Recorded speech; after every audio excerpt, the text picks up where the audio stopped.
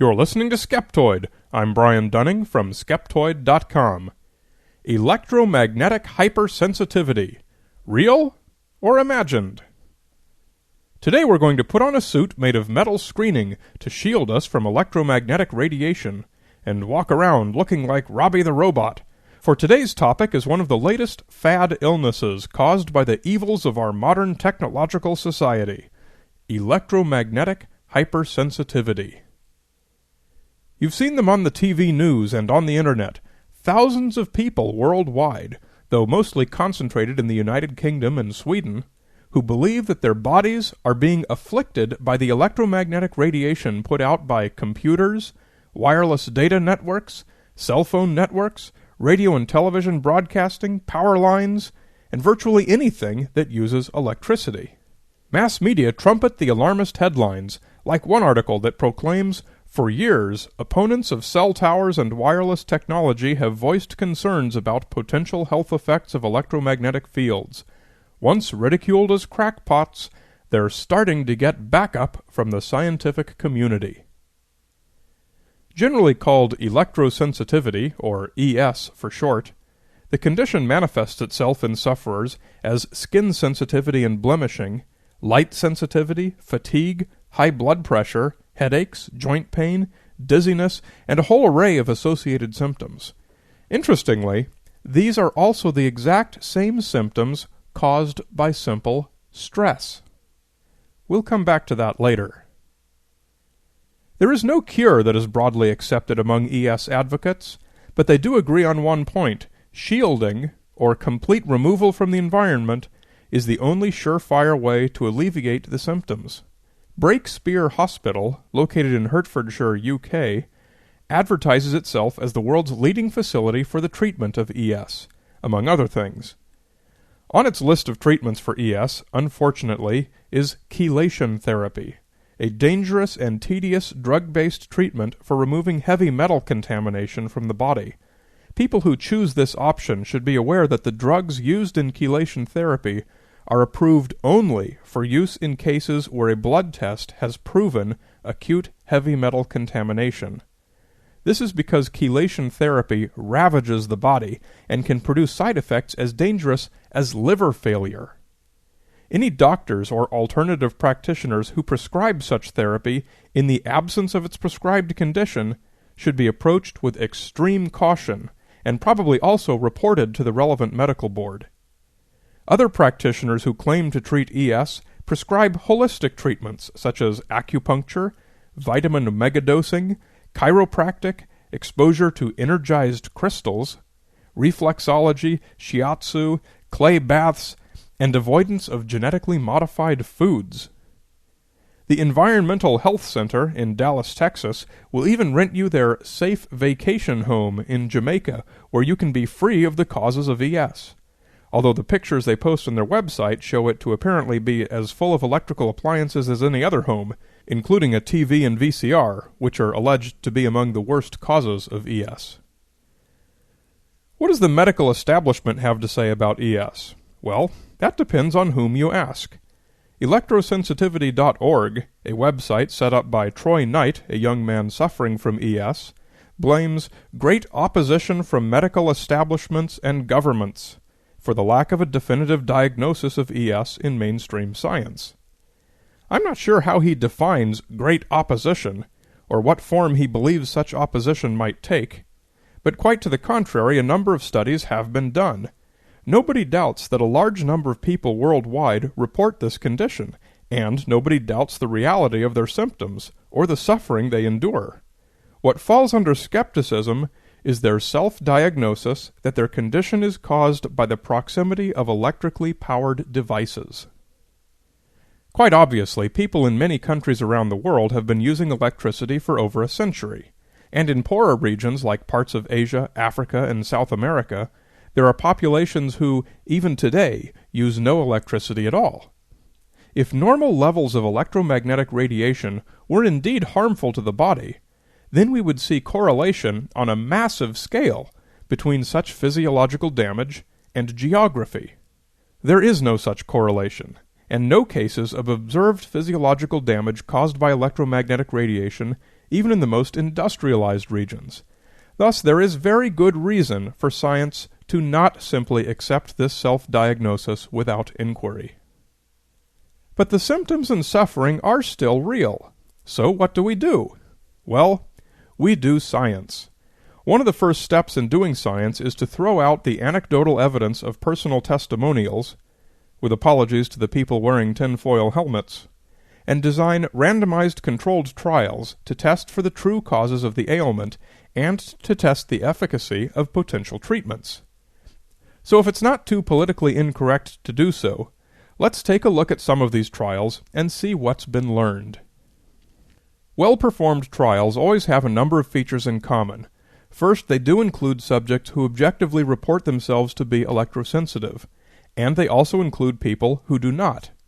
Second, all subjects are usually surveyed to gauge their own perceived sensitivity to various electromagnetic phenomena, whether they claim to suffer from ES or not. Third, the trials are blinded wherever possible. Test administrators never know anything about a given subject's claimed sensitivity. All subjects are randomly assigned to different test groups. Subjects typically do not know what is being tested. And finally, the statisticians who evaluate the results do not know the identity of any of the subjects, or about the procedures performed on each group. Statistical methods are employed to cancel out any bias wherever possible. The first study we'll look at is one from 2005 by the UK Health Protection Agency, which found that a disproportionately large segment of self-reported ES sufferers also report suffering from other idiopathic symptom-based conditions. Now, this doesn't tell us anything about ES, of course, but it does tell us that ES sufferers are more likely to also report other conditions that are commonly classified as psychosomatic, or as it's more politically correct to say, psychophysiologic illnesses. It's fair to note that some psychosomatic cases are people simply faking symptoms, and while some ES sufferers might be faking, probably the great majority are not, and are experiencing real symptoms. And now we know that many of these people also report conditions known to be psychosomatic in nature. Read between my lines at your own peril. This finding is certainly consistent with the findings of other studies, which have tested various treatments for ES. What these studies have found is that the only successful treatment has been psychotherapy. A trial at Sweden's University of Uppsala's Department of Clinical Psychology took blood samples from subjects and analyzed them for indicators of stress, both before and after the test. Some subjects were secretly exposed to electromagnetic radiation, but there were neither any differences between ES sufferers and control subjects in how they reacted to it, nor were there any differences in stress among those who received radiation and those who did not. When subjects received psychotherapy, the patients who reported themselves as ES sufferers had a greater reduction in stress levels following psychotherapy than did subjects who did not report themselves as hypersensitive. Another such trial was performed at the Environmental Illness Research Center in Huddinge, Sweden. Half the subjects reported themselves as hypersensitive, half did not. Half received cognitive behavioral therapy, half did not. All were evaluated for stress before the study, after the study, and 6 months later. Just like in the other trial, subjects with perceived hypersensitivity benefited more from cognitive behavioral therapy than did those who were not hypersensitive. There were no other significant differences among any groups. So before all of you ES sufferers band together and have me tarred and feathered for proclaiming that yours is not a physical condition, allow me to remind you that I'm not saying that. Psychological conditions do cause physical symptoms. Like I said at the beginning of this episode, stress is a psychological condition, and it causes all the same symptoms that ES does. These conditions can be very traumatic, and at their most severe, even life-threatening. So it's not to be taken lightly, but every reasonable person should agree that it's best to understand the condition's true nature. A 2005 trial at the Psychiatric University Hospital in Germany found further support for the hypothesis that ES sufferers are not having a physiological response to electromagnetic radiation. The major study endpoint was the ability of the subject to differentiate between real magnetic stimulation and a sham condition. There were no significant differences between groups in the thresholds, neither of detecting the real magnetic stimulus nor in motor response. But the three groups differed significantly in differentiating between stimulation and sham condition, with the subjectively electrosensitive people having the lowest ability to differentiate, and the control group with a high level of EMF-related complaints having the best ability to differentiate. Differences between groups were mostly due to false alarm reactions in the sham condition reported by subjectively electrosensitives. We found no objective correlate of the self-perception of being electrosensitive. These results represent the preponderance of evidence from well-performed trials seeking to find whether ES sufferers can actually detect the presence of electromagnetic fields and react to them.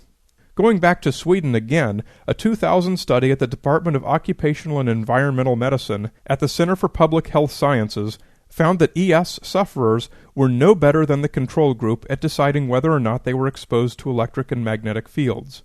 In this test, subjects were exposed to 4 provocations at irregular and unknown intervals over several days, with at least several days of recovery time between each provocation. Each subject received 2 real provocations of actual electromagnetic radiation and 2 sham provocations. The study concluded that exposure to electromagnetic fields is not a sufficient cause of the symptoms experienced by ES sufferers. Some researchers have turned their attention to causes that would correlate to the presence of common environmental EM sources, like computers or offices, most notably flickering lights. In the United States, televisions flicker at 30 Hz, fluorescent lights at 60 Hz, and computer monitors at a variety of frequencies in the same approximate range. This flickering is usually imperceptible unless you look for it specifically, for example by waving your hand in front of a CRT monitor. Generally, if your brain can detect flickering light sources, it knows that there are probably electromagnetic sources nearby. Thus, an ES sufferer can correctly conclude that electromagnetic sources are irradiating them, and logically, if incorrectly, associate that with their symptoms. This was evidenced by another study from Sweden in 1997 from the University of Umeå's Department of Environmental Medicine.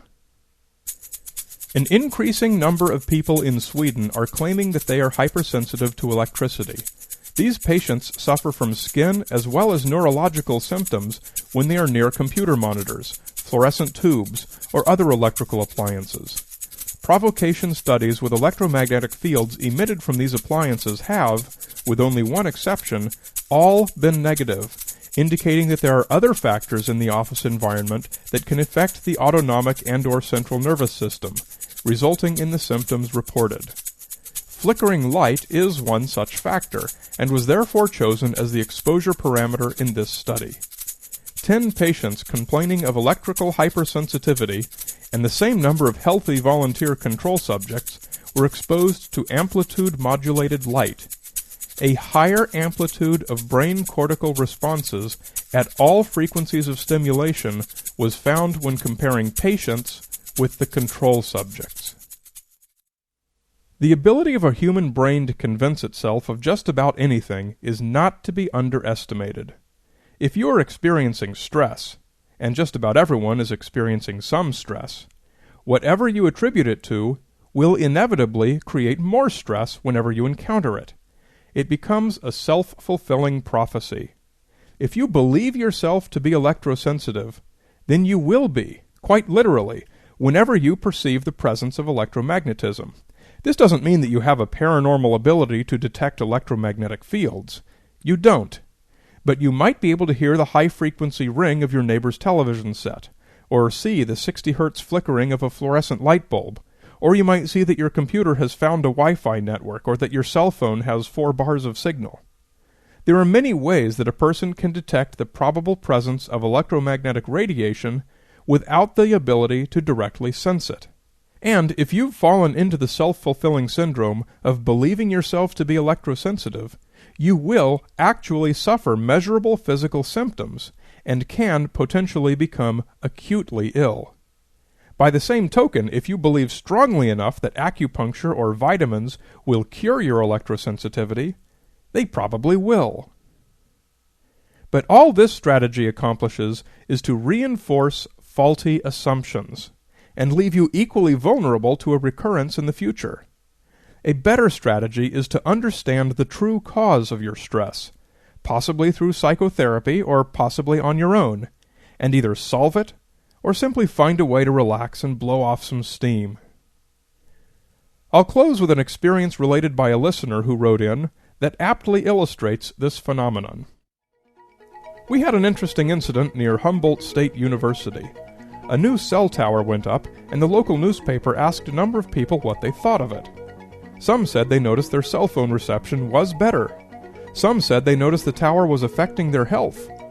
To paraphrase the bottom line, think about how much more pronounced these effects will be once the tower is actually operational. You're listening to Skeptoid. I'm Brian Dunning from Skeptoid.com.